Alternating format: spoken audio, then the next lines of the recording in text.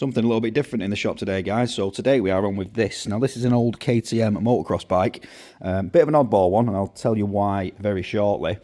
Picked this up on Marketplace, got it quite cheap, so I thought, you know what, let's have it, let's do a restoration on it, let's make it look nice, and it can go into my collection with a couple of old motocross bikes I've already got that I've restored in my garage at home. So, story behind this is basically, it's supposedly a KTM MX350 or a GS350 with a 500 cylinder head on it.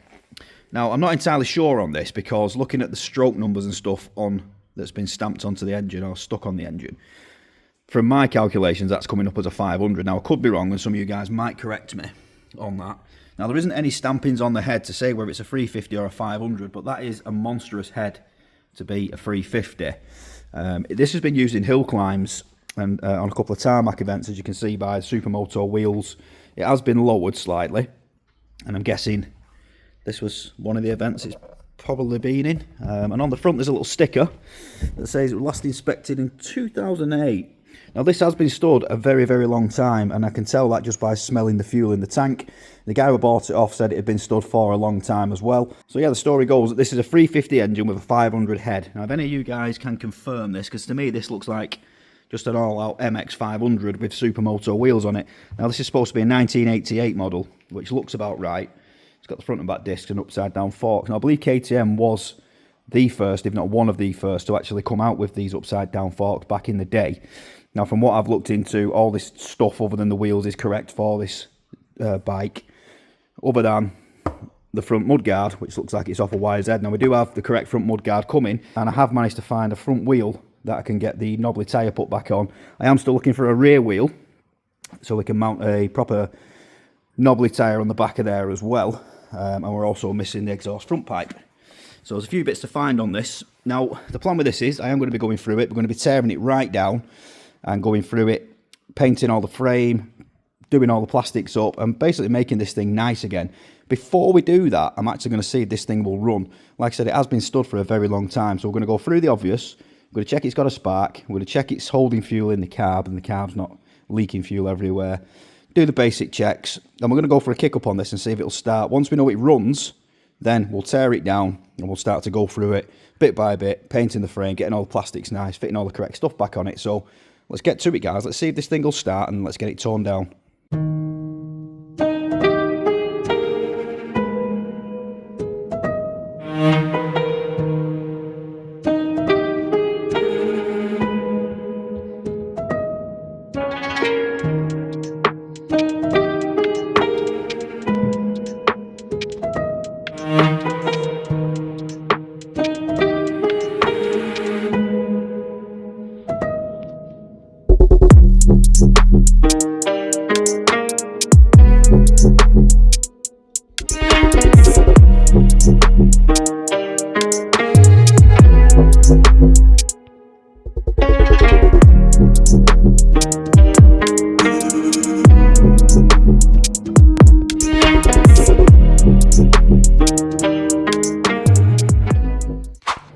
I suppose the next thing to do is see if we have any sparks. Let's whip this plug out and have a look, shall we?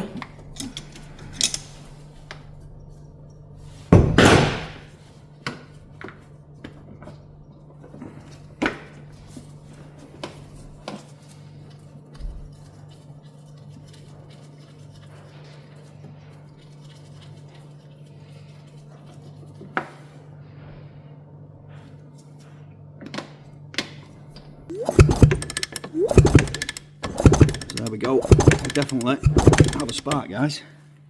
So now we know we have a spark, I think it'd be rude not to try and start this thing up. So I'm going to pop this fuel pipe off here. There we go. So I've got a little bit of petrol and two-stroke mixed in a little bottle here. I'm just going to feed this directly to the carb on this end, and I'm going to strap the bottle just up somewhere along the forks or something. Just get some fresh clean fuel going straight to this carb. Hopefully the carb won't chuck a load of fuel out, and then we'll see if it'll actually start up.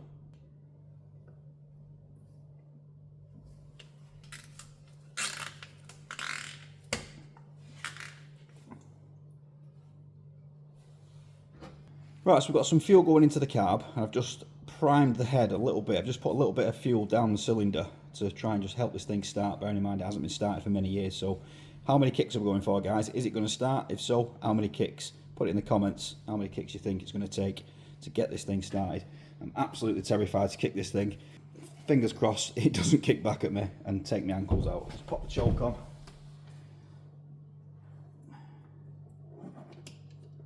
Choke on. Let's see what happens.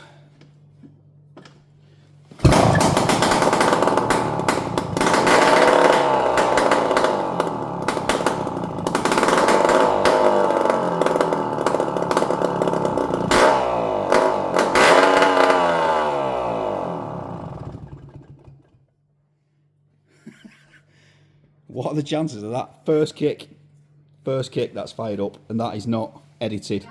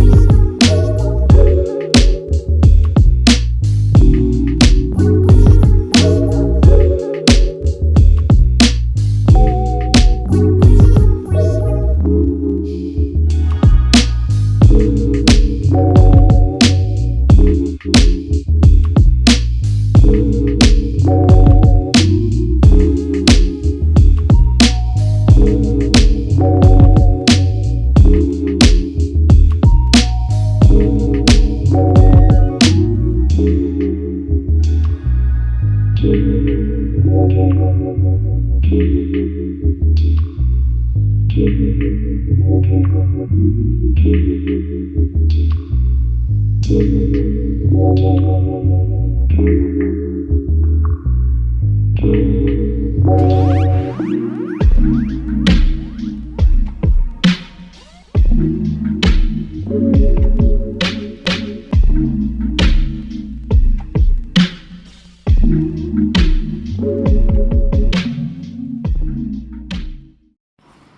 there it is, guys, all blown apart. That didn't take long at all. I think that took me about an hour and a half to break all that down. Everything come apart quite easily. There was a couple of bolts that were a little bit tight, but there was nothing seized. I was expecting there to be quite a few seized bolts on this, but it came apart really, really easily. So the next stage for this now is going to be getting this frame shot blasted, primed and painted. I'm going to polish the swing arm. We're going to try and save all these original plastics because I don't really want to use aftermarket ones. So I'm probably going to clean all these up, plastic prime them and paint them back into white just to freshen them up a bit. We'll do the same with the fuel tank. I know there is ways of trying to get the yellow out of these, but for what it is, I'd rather have it all matching. So if I'm painting the side panels, the fairings, the mud guards and stuff like that, I may as well paint the tank so it all matches. As I said, I have got the correct front mud guard coming and I am waiting on delivery of some wheels where we can get the correct tyres put back on there as well. We've got the rear frame, that's also going to need shot blasting, priming and painting. Obviously the airbox needs to come away from that as well. And then we've got all the bits and bobs in the box there. I'm going to look at this shocker because I believe this has been lowered, so it must have had a shorter spring put in there. So I'm going to see if I can find the correct spring just to raise that back end up a little bit. Got a new set of handlebars on order. I've got new chain and sprockets coming. We are going to go through the engine. We'll just pop the head off, have a look, see what's going on inside that barrel. I have had a quick look up inside the exhaust port and it does look pretty clean. But we will put new gaskets on it and stuff anyway while we're at this point. The carb's going to be cleaned out, stripped down. We'll take the jets out, we'll clear all the jets and make sure that's good. And obviously we're going to fit new fuel pipes and stuff on it as well. So hopefully, guys, on the next episode you will see this frame and all the bits and bobs will be painted and we'll be rebuilding this and making it look absolutely amazing. So I hope you have enjoyed this episode. If you have enjoyed this episode, please do hit that subscribe button, hit the hype button, give us a like, give us a share, drop us some comments, let us know what you think of this build, and we'll see you all on the next one.